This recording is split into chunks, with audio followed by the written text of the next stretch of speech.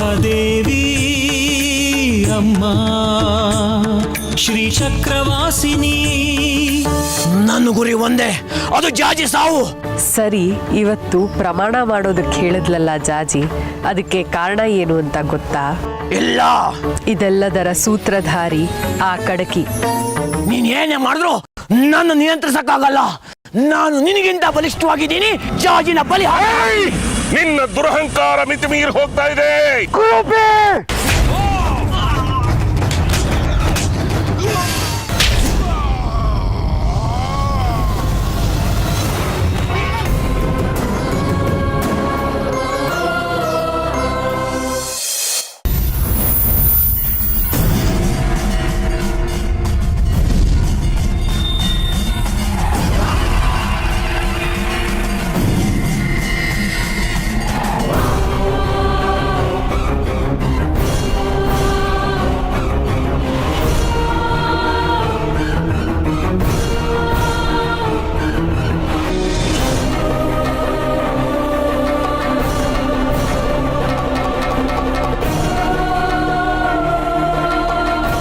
ನಿನ್ನ ಮೇಲೆ ಪ್ರಮಾಣ ಮಾಡಿ ಹೇಳ್ತಿದ್ದೀನಿ ಜಾಜಿ, ನಾನು ಯಾವ ತಪ್ಪು ಮಾಡಿಲ್ಲ.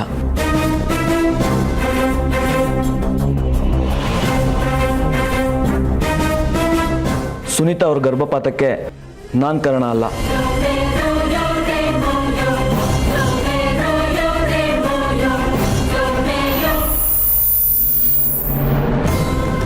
ಇಷ್ಟು ಸಾಕು ಬಂಗಾರಿ. ನನ್ನ ಮೇಲೆ ಪ್ರಮಾಣ ಮಾಡಿದ್ಯಾ ಅಂದರೆ ನೀನು ಹೇಳಿದ ಸತ್ಯನೇ. ನೀನು ನನ್ನನ್ನು ಎಷ್ಟು ಪ್ರೀತಿಸ್ತೀಯ ಅಂತ ನನಗೆ ಗೊತ್ತು. ಅಂತೂ ನನ್ನ ಗಂಡ ನಿರಪರಾಧಿ ಅಂತ ತೋರಿಸ್ಕೊಟ್ಟೆ.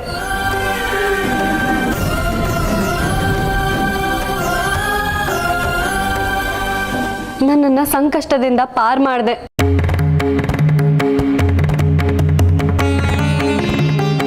ಅಪ್ಪ, ಅಜ್ಜಿ, ಇನ್ನಾದರೂ ನನ್ನ ಗಂಡ ನಿರಪರಾಧಿ ಅಂತ ನಂಬ್ತೀರಾ ಅಲ್ವಾ?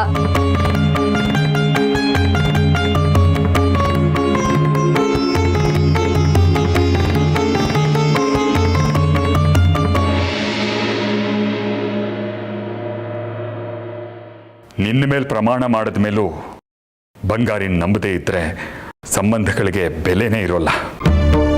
ಇದನ್ನೆಲ್ಲ ಬಿಡಮ್ಮ, ನಾವು ಬಂಗಾರಿನ ಸಂಪೂರ್ಣವಾಗಿ ನಂಬಿದ್ದೀವಿ.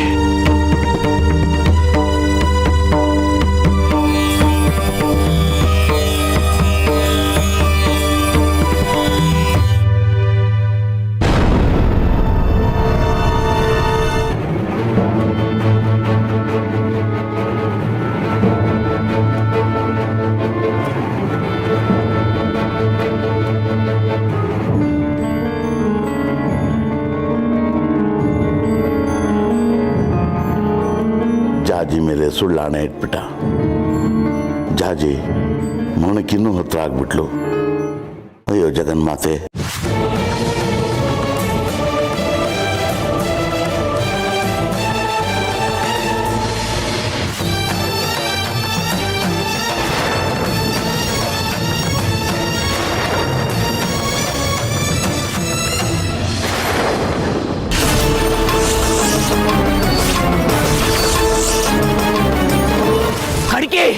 ನಿನಗೆ ಪದೇ ಪದೇ ಎಚ್ಚರಿಕೆ ಕೊಡ್ತಾ ಬಂದಿದ್ದೀನಿ. ನನ್ನ ದಾರಿ ಗಡ್ಡ ಬರಬೇಡ ಅಂತ 1000 ಸರ್ತಿ ಹೇಳಿದ್ದೀನಿ. ನೀನ್ ಏನೇ ಮಾಡಿದ್ರು ನನ್ನ ನಿಯಂತ್ರಿಸಕ್ಕಾಗಲ್ಲ.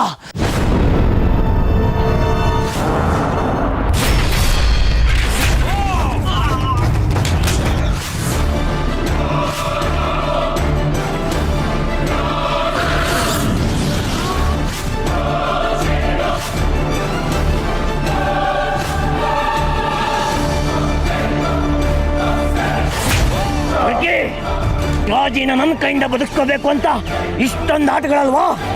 ಆಡು ಆಡು, ಅದೆಷ್ಟು ಆಟ ಆಡ್ತೀವಿ ನಾನು ನೋಡೇ ಬರ್ತೀನಿ. ಆದ್ರೆ ಈ ಆಟದಲ್ಲಿ ಸೋಲೋದು ನೀನೇ. ಏನಯ್ಯ ಕಡ್ಕಿ ನಿನ್ನ ದುರಾವಸ್ಥೆ?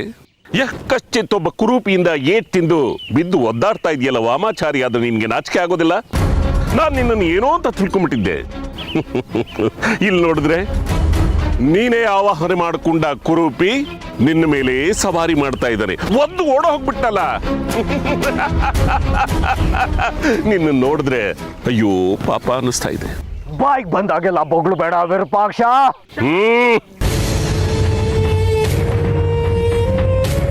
ಇದ್ದಂಗೆ ಹೇಳಿದ್ರೆ ಎದ್ದು ಬಂದು ಎದೆಗೊದ್ದಂತೆ. ಕ್ಷಮಿಸು, ಎದೆಗೊದ್ದಿದ್ದು ಕುರೂಪಿ ಅಲ್ವಾ?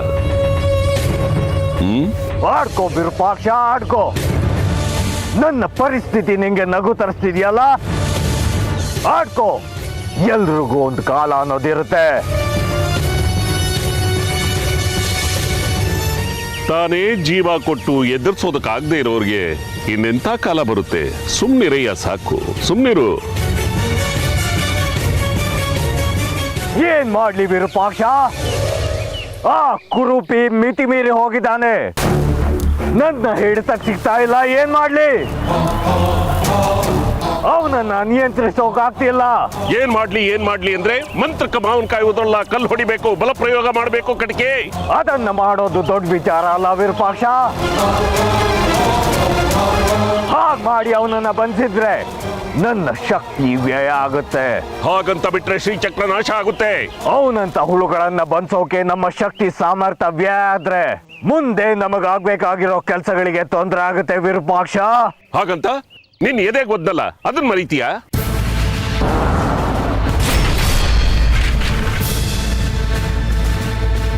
ಅಂತ ಹುಳು ಕೈಲಿ ಏನ್ ತಿಂದಿದೆಯಲ್ಲ ಅದನ್ನ ಮರ್ತು ಬಿಡ್ತೀಯ? ಶ್ರೀಚಕ್ರ ಬಿಟ್ಟು ಬಿಡ್ತೀಯ? ಒಮ್ಮೆ ಶಕ್ತಿ ವ್ಯಯ ಆದ್ರೆ ಅದನ್ನ ಪಡ್ಕೊಳ್ಳೋದಕ್ಕೆ ಸಾಧನೆಗಳನ್ನ ಮಾಡಬೇಕು. ದೀರ್ಘಕಾಲದ ತಪಸ್ಸಿಗೆ ಕೂರ್ಬೇಕು.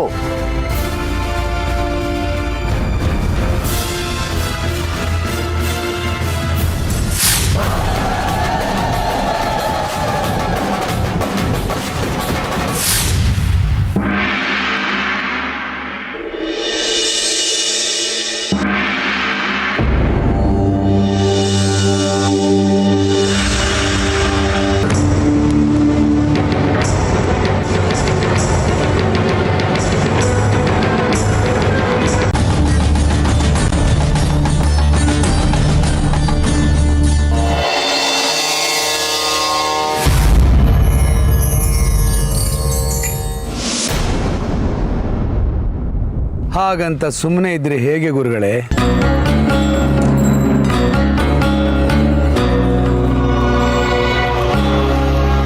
ನಿಮ್ಮ ಶಕ್ತಿ ಸಂಚಾರದಿಂದ ಹುಟ್ಟಿದ ಕ್ರಿಮಿ ನಿಮ್ಮ ಮೇಲೆ ಸವಾರಿ ಮಾಡಿದಾಗ ಸುಮ್ಮನಿರೋ ತರವಲ್ಲ.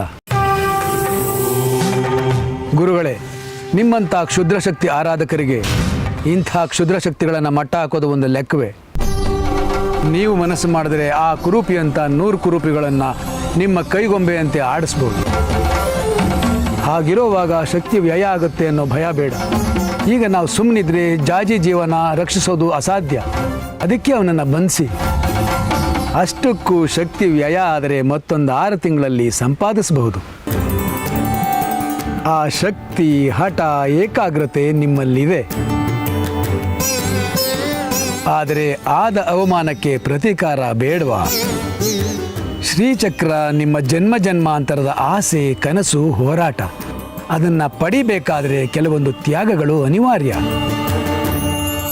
ಹೀಗೆ ಬಿಟ್ಟರೆ ಅವನು ಜಾಜಿನ ಕೊಲ್ತಾನೆ. ಜಾಜಿನ ಕೊಂದರೆ ಶ್ರೀಚಕ್ರ ನಾಶ ಆಗುತ್ತೆ. ನಿಮಗೆ ಶ್ರೀಚಕ್ರ ಬೇಡವಾ? ಶಕ್ತಿ ವ್ಯಯ ಆಗುತ್ತೆ ಅಂತ ಯೋಚನೆ ಮಾಡಬೇಡಿ ಗುರುಗಳೇ. ತಪ್ಪು ಮಾಡಿದವರಿಗೆ ಶಿಕ್ಷೆ ಆಗಲೇಬೇಕು. ಕುರೂಪಿನ ಬಂಧಿಸಿ. ನಿಮ್ಮನ್ನೇ ಎದುರಾಕೊಂಡು ಜಾಜಿಗೆ ತೊಂದರೆ ಕೊಟ್ಟವನಿಗೆ ಶಿಕ್ಷೆ ಕೊಡಿ. ಯಾಕೆ ಮೌನವಾಗಿದ್ದೀರಾ ಗುರುಗಳೇ? ಆ ಕ್ಷುದ್ರ ಶಕ್ತಿ ಕುರೂಪಿಯ ವಿರುದ್ಧ ಪ್ರತೀಕಾರ ತೀರಿಸ್ಕೋತೀರಾ ಅಲ್ವಾ? ಹೌದು, ಅವನನ್ನ ಮಟ್ಟ ಹಾಕೇ ತೀರ್ತೀನಿ.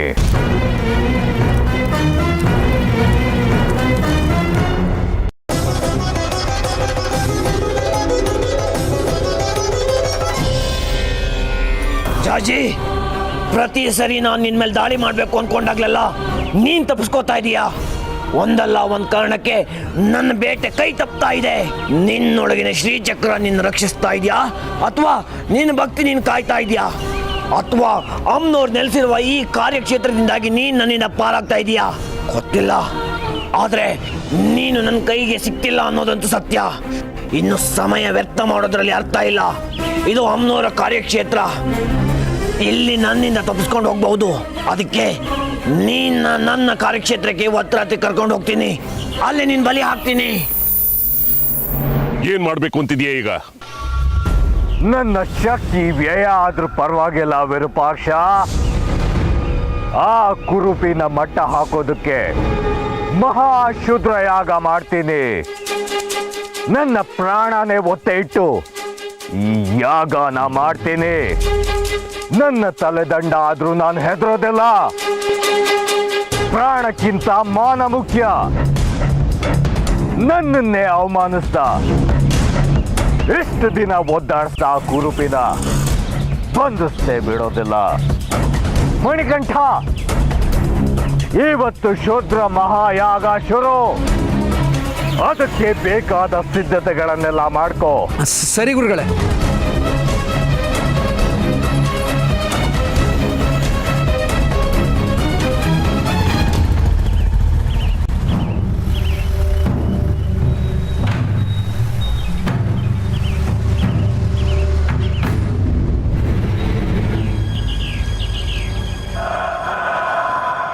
ಏನಾಯ್ತು ಮಣಿಕಂಠ?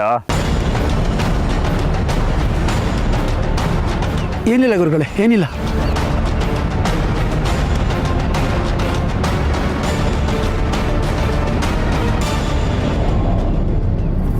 ಇಲ್ಲೇನು ಮಾಡ್ತಿದ್ಯಾ ಬಂಗಾರಿ? ಏನಿಲ್ಲ. ಸರಿ ಬಾ ಒಳಗೆ. ಜಾಜಿ, ಏನೋ ಎಷ್ಟು ದಿನ ಆಯ್ತು ನಾವು ಹೊರಗೋಗಿ ಜೊತೆಲಿದ್ದು? ಸದ್ಯ ತಮ್ಗದ್ ನೆನ್ಪಿದ್ಯೋ? ನೆನ್ಪಿಲ್ದೇ ಇದ್ರೆ ಕೇಳ್ತೀನಾ? ಏನು ಸಾಹೇಬ್ರಿಷ್ಟು ಖುಷಿಯಾಗಿದ್ದೀರಾ? ಏನ್ ಸಮಾಚಾರ? ನಿನ್ನ ಹತ್ರ ಮಾತಾಡೋದಕ್ಕೆ ಸಮಾಚಾರ ಇರಲೇಬೇಕಾ? ಯಾವತ್ತೂ ಇಲ್ದೇ ಇರೋದು ಇವತ್ತೇನು ಹೊಸದಾಗಿ? ನಾನು ಯಾವಾಗ್ಲೂ ಇರೋದು ಹಿಂಗೆ. ನೀ ನನ್ನ ಕೈ ಸಿಗೋದಿಲ್ಲ. ಹೌದೌದು, ಇತ್ತೀಚೆಗೆ ದೂರ್ವಾಸ ಮುನಿಗಳ ಅವತಾರ ಆಯ್ತಿದ್ ನೀನಾ? ನಾನೇನಲ್ಲ, ನೀನ್ ನನ್ನ ಜೊತೆ ಇರೋದೇ ಇಲ್ಲ, ಅದಕ್ಕೆ ಬೇಜಾರು. ನೀನು ಅಷ್ಟೇ, ಮೊದ್ಲಿನ ತರ ನಗ್ನಗ್ತಾ ಇರೋದೇ ಇಲ್ಲ. ಸಿಡುಕ್ಮೂತಿ ಸುಂದ್ರ ಆಗಿದ್ಯಾ, ಅದಕ್ಕೆ ನನ್ಗೂ ಬೇಜಾರು. ನಿನ್ ಜೊತೆ ಮಾತಾಡ್ಬೇಕು ಕಣೆ ಜಾಜಿ. ಮತ್ತೀಗೇನು ಹಾಡು ಹಾಡ್ತಿದ್ದೀವಾ? ಮಾತಾಡ್ತಾನೆ ಇದೀವಿ ತಾನೆ? ಹಾಗಲ್ವೇ. ಮತ್ ಹೇಗೋ ನಿನ್ ಜೊತೆ ಹೊರಗೋಗಿ ಏಕಾಂತದಲ್ಲಿ ಮಾತಾಡ್ಬೇಕು. ಈಗ್ಲೂ ನಾವು ಹೊರಗೆ ಇರೋದಪ್ಪ. ಮನೆ ಹಿತ್ಲನ್ನ ಯಾರು ಹೊರಗಡೆ ಅನ್ನಲ್ಲ. ಮನೆ ಹಿತ್ಲಲ್ಲಿ ತಮ್ಗೆ ಏಕಾಂತ ಇಲ್ವಾ ದೊರೆ? ಇಲ್ಲಿ ಎಲ್ಲ ಇರ್ತಾರೆ, ನಾನು ನೀನು ಇಬ್ಬರೇ ಇರಬೇಕು, ಅದಕ್ಕೆ ಏಕಾಂತ ಅನ್ನೋದು. ಅಬ್ಬಬ್ಬಬ್ಬಬ್ಬಬ್ಬ, ಏನ್ ಜ್ಞಾನ, ಏನ್ ಪಾಂಡಿತ್ಯ! ನಂಗೆಲ್ಲ ಗೊತ್ತು, ನಾನು ಜಾಣನೆ. ಆದ್ರೆ ನೀನೇ ನನ್ನ ಪೆದ್ದ ಅನ್ನೋದು. ಅಯ್ಯೋ ಇಲ್ಲಪ್ಪ, ನೀನು ಜಾಣ್ ರಾಮ ಆಯ್ತಾ? ಹಾಗಾದ್ರೆ ಈ ಜಾಣ್ ರಾಮ ಹೇಳ್ದಂಗೆ ಕೇಳಲ್ವಾ? ಜಾಣ್ ರಾಮಂಗೆ ಏನಾಗ್ಬೇಕೀಗ? ನಿನ್ ಜೊತೆ ಆಚೆ ಹೋಗ್ಬೇಕು. ಸರಿ ಆಯ್ತು ಬಾ, ಸ್ವಲ್ಪ ಹೊತ್ತು ಮಾತ್ರ ತಿರ್ಗಾಡ್ಕೊಂಡ್ ಬರೋಣ. ಈಗ ಬೇಡ, ಸಂಜೆ ಮೇಲೆ ಹೋಗೋಣ. ಸಂಜೆ ಮೇಲೆ ಹೋದ್ರೆ ಅಜ್ಜಿ ಬೈದ್ರೆ? ಅಜ್ಜಿಗೆ ಬಿಡಿಸೇಳು, ಅರ್ಥ ಮಾಡ್ಕೋತಾರೆ.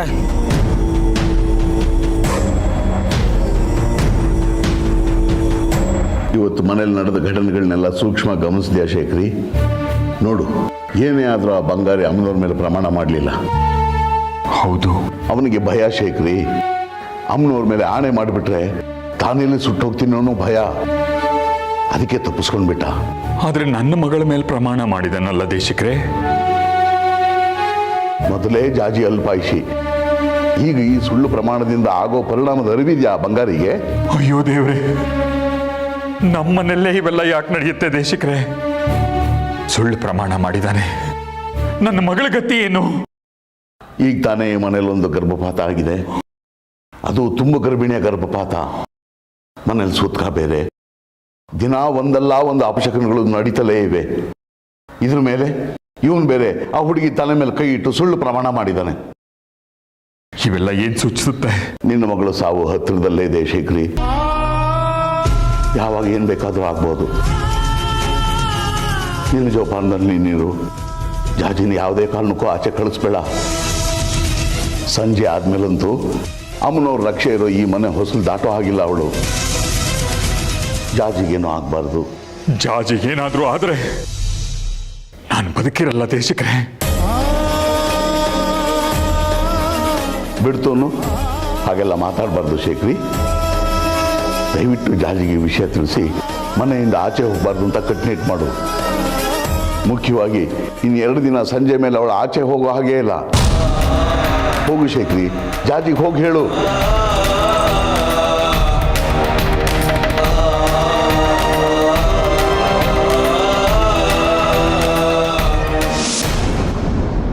ಹಠ ಅಂದರೆ ಹಠ ನಿಂದು. ಸರಿ ಆಯಿತು. ಸಂಜೆ ಮೇಲೆ ತಯಾರಾಗಿರೋ, ಹೋಗೋಣ. ಸಂಜೆ ಅಪ್ಪ ಬಿಡ್ಲಿಲ್ಲ ಅಜ್ಜಿ ಬಿಡ್ಲಿಲ್ಲ ಅನ್ಬಾರ್ದು, ಬರಬೇಕು. ಬರ್ತೀನಿ ಕಣೋ. ನೀನ್ ಕರೆದ್ರೆ ಬರಲ್ಲ ಅಂತಿನ. ಸ್ಮಶಾನಕ್ಕೆ ಬೇಕಿದ್ರು ಬರ್ತೀನಿ.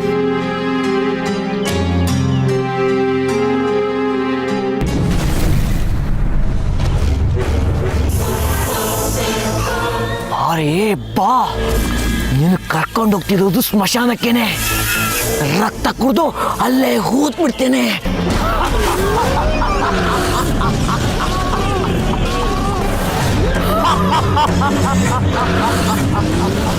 ಜಾಜಿ, ಜಾಜಿ, ಜಾಜಿ, ಹೊರಗಡೆಯಿಂದ ಬರ್ತಿದ್ಯಾ? ಎಲ್ಲಿಗೆ ಹೋಗಿದ್ದೆ?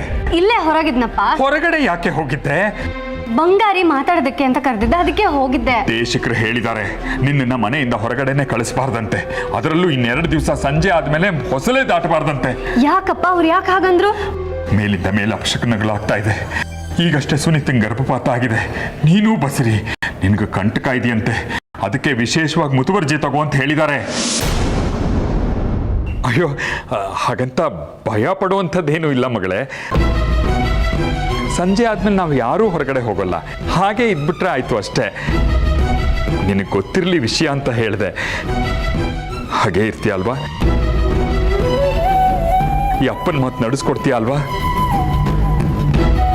ಸಂಜೆ ಅಪ್ಪ ಬಿಡ್ಲಿಲ್ಲ ಅಜ್ಜಿ ಬಿಡ್ಲಿಲ್ಲ ಅನ್ಬಾರ್ದು, ಬರಬೇಕು. ಹೋಗಲ್ಲ ಅಲ್ವಾ ಎಲ್ಲೂ ಹೊರಗಡೆ?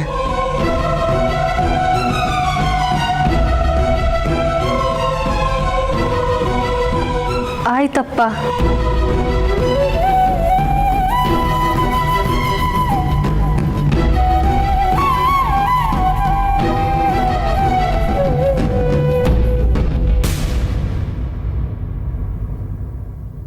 ಲೇ ಜಾಜಿ, ಯಾಕೆ ಸಪ್ಕಿದೀಯಾ? ಏನಾಯ್ತೆ? ಏನಿಲ್ಲ ಅಜ್ಜಿ. ಪರವಾಗಿಲ್ಲ, ಹೇಳು, ಏನಾಯ್ತು ಅಂತ ಹೇಳು. ದೇಶಿಕರು ನಾನು ಸಂಜೆ ಆದಮೇಲೆ ಹೊರಗೆ ಹೋಗಬಾರ್ದು ಅಂತ ಅಪ್ಪನ ಹತ್ರ ಹೇಳಿದ್ರಂತೆ. ಬಸ್ರಿ ಹೆಣ್ಮಗ್ಳಲ್ವಾ, ಅದಕ್ಕೆ ಹಾಗೆ ಹೇಳಿರ್ತಾರೆ. ಆದರೆ ಅಜ್ಜಿ, ಬಂಗಾರಿ ಇವತ್ತು ಸ್ವಲ್ಪ ಆಚೆ ಹೋಗೋಣ ಸಂಜೆ ಅಂತ ಹೇಳಿದ್ದ. ನಾವಿಬ್ಬರು ಮಾತಾಡ್ಕೊಳ್ದೆ ತುಂಬ ದಿನ ಆಯಿತು. ಅದಕ್ಕೆ ನಾನು ಹ್ಞೂ ಅಂದೆ. ಅಪ್ಪ ನೋಡಿದ್ರೆ ಸಂಜೆ ಆದಮೇಲೆ ಎಲ್ಲೂ ಹೊರಗೆ ಹೋಗಬೇಡ ಅಂತಿದ್ದಾರೆ. ಬಂಗಾರಿ ಏನಾದರೂ ಕೇಳಿಸ್ಕೊಂಡ್ರೆ ತುಂಬ ಬೇಜಾರು ಮಾಡ್ಕೊಳ್ತಾನೆ. ಬಂಗಾರಿ ನಿನ್ ಜೊತೆ ಮಾತಾಡೋದಕ್ಕೆ ಹೊರಗೆ ಯಾಕೆ ಹೋಗ್ಬೇಕು? ಅದು ಸಂಜೆ ಆದ್ಮೇಲೆ. ನಿಮ್ಗಿನ್ನೂ ಅವನ ಮೇಲೆ ಅನುಮಾನ ಹೋಗಿಲ್ವಾ ಅಜ್ಜಿ? ಅನುಮಾನ ಅಲ್ಲ ಕಣೆ, ಬಸ್ರಿ ಹೆಣ್ಮಗಳು ಸಂಜೆ ಆದ್ಮೇಲೆ ಹಾಗೆಲ್ಲ ಓಡಾಡಬಾರ್ದು. ಮನೇಲೆ ಕೂತ್ಕೊಂಡು ಎಷ್ಟು ಬೇಕಾದರೂ ಮಾತಾಡಿ, ಅದನ್ನೇ ಅವನಿಗೂ ಹೇಳು.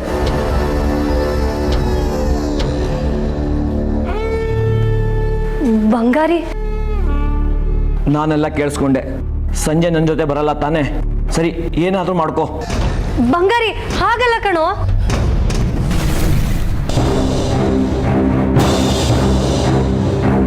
ಬಂಗಾರಿ, ಯಾಕೋ ಸಿಟ್ಟು ಮಾಡ್ಕೊಂಡಿದ್ಯಾ? ಬಿಡು, ನನ್ನ ಹತ್ರ ಮಾತಾಡ್ಬೇಡ. ಈಗ ಕೋಪ ಮಾಡ್ಕೊಳ್ಳೋ ಅಂಥದ್ದೇನಾಯ್ತು ಅದನ್ನಾದ್ರೂ ಹೇಳು. ನಾನು ಇಷ್ಟು ಪ್ರೀತಿಯಿಂದ ಹೊರಗಡೆ ಹೋಗೋಣ ಅಂತಂದೆ, ಆದ್ರೆ ಬಿಡು, ಅದ್ರ ಬಗ್ಗೆ ಮಾತಾಡೋ ಪ್ರಯೋಜನ ಇಲ್ಲ. ಲೋ ಬಂಗಾರಿ, ಅಜ್ಜಿ ಹೇಳಿದ್ರೆ ನೀನ್ ಕೇಳಿಸ್ಕೊಂಡ ಅಲ್ವಾ? ಸಂಜೆ ಮೇಲೆ ಎಲ್ಲೂ ಹೊರಗೆ ಹೋಗೋ ಹಾಗಿಲ್ಲ ಅಂದ್ರು. ದೇಶಿಕರು ಅಪ್ಪನ್ಗೆ ಎಚ್ಚರಿಕೆ ಕೊಟ್ಟಿದಾರಂತೆ ಕಣೋ. ಹಾಗಿದ್ರು ನಾನು ನಿನ್ ಜೊತೆ ಬಂದ್ರೆ ಅಪ್ಪನ್ ಕೊಟ್ಟು ಮಾತು ತಪ್ಪದಾಗ ಆಗಲ್ವೇನೋ? ಅದಕ್ಕಿಂತ ಮುಂಚೆ ನನಗೆ ಮಾತು ಕೊಟ್ಟಿಲ್ಲ ಹೊರಗಡೆ ಹೋಗೋಣ ಅಂತ. ಈಗ ನೀನ್ ಬಂದಿಲ್ಲ ಅಂದ್ರೆ ಮಾತಿಗೆ ತಪ್ಪದಾಗ ಆಗಲ್ವಾ? ಅರ್ಥ ಮಾಡ್ಕೊಳ್ಳೋ. ದೊಡ್ಡವ್ರ ಮಾತು ತಪ್ಪಕ್ಕಾಗುತ್ತೇನೋ? ಅವ್ರ ಮಾತಿಗೆ ಬೆಲೆ ಕೊಡ್ಬೇಕು ಕಣೋ. ಹಾಗಾದ್ರೆ ನನ್ನ ಪ್ರೀತಿ ಬೆಲೆ ಇಲ್ವಾ? ನನ್ನ ಪ್ರೀತಿ ನಿರಾಕರಿಸ್ಬೋದಾ? ನಾನೆಲ್ಲೋ ಹಾಗಂದೆ. ಬರಕ್ಕಾಗಲ್ಲ ಅಂದ ಕೂಡ್ಲೆ ನಿನ್ಮೇಲೆ ಪ್ರೀತಿ ಇಲ್ಲ ಅಂತ ಅಲ್ಲ. ಪ್ರೀತಿ ಇದ್ರೆ ನನ್ನ ಜೊತೆ ಬರಲ್ಲ ಅಂತ ಹೇಳ್ತಿರ್ಲಿಲ್ಲ. ಇದೊಂದ್ಸಲ ಕ್ಷಮಿಸ್ಬಿಡೋ. ದೇಶಿಕರು ಅಜ್ಜಿ ಅಪ್ಪ ಎಲ್ಲರೂ ಹೋಗ್ಬೇಡ ಅಂತ ಹೇಳಿರುವಾಗ ನಾನು ನಿನ್ ಜೊತೆ ಬರೋದು ಚೆನ್ನಾಗಿರೋದಿಲ್ಲ. ನಾನು ಬರಲ್ಲ. ಬರಲ್ವಾ? ನಾನು ಕರೆದ್ರೆ ಬರಲ್ವಾ? ನೀನ್ ಹೇಗ್ ಬರ್ಸ್ಬೇಕು ಅಂತ ನನಗೆ ಚೆನ್ನಾಗಿ ಗೊತ್ತು. ನೀನ್ ಬರಲ್ಲ ಅಂದ್ರೆ ಇವತ್ತು ನೀನ್ ಬಿಡೋ ಪ್ರಮೇಯನೇ ಇಲ್ಲ. ಜಾಜಿ, ನೀನ್ ನನ್ನ ಜೊತೆ ಬರಲೇಬೇಕು.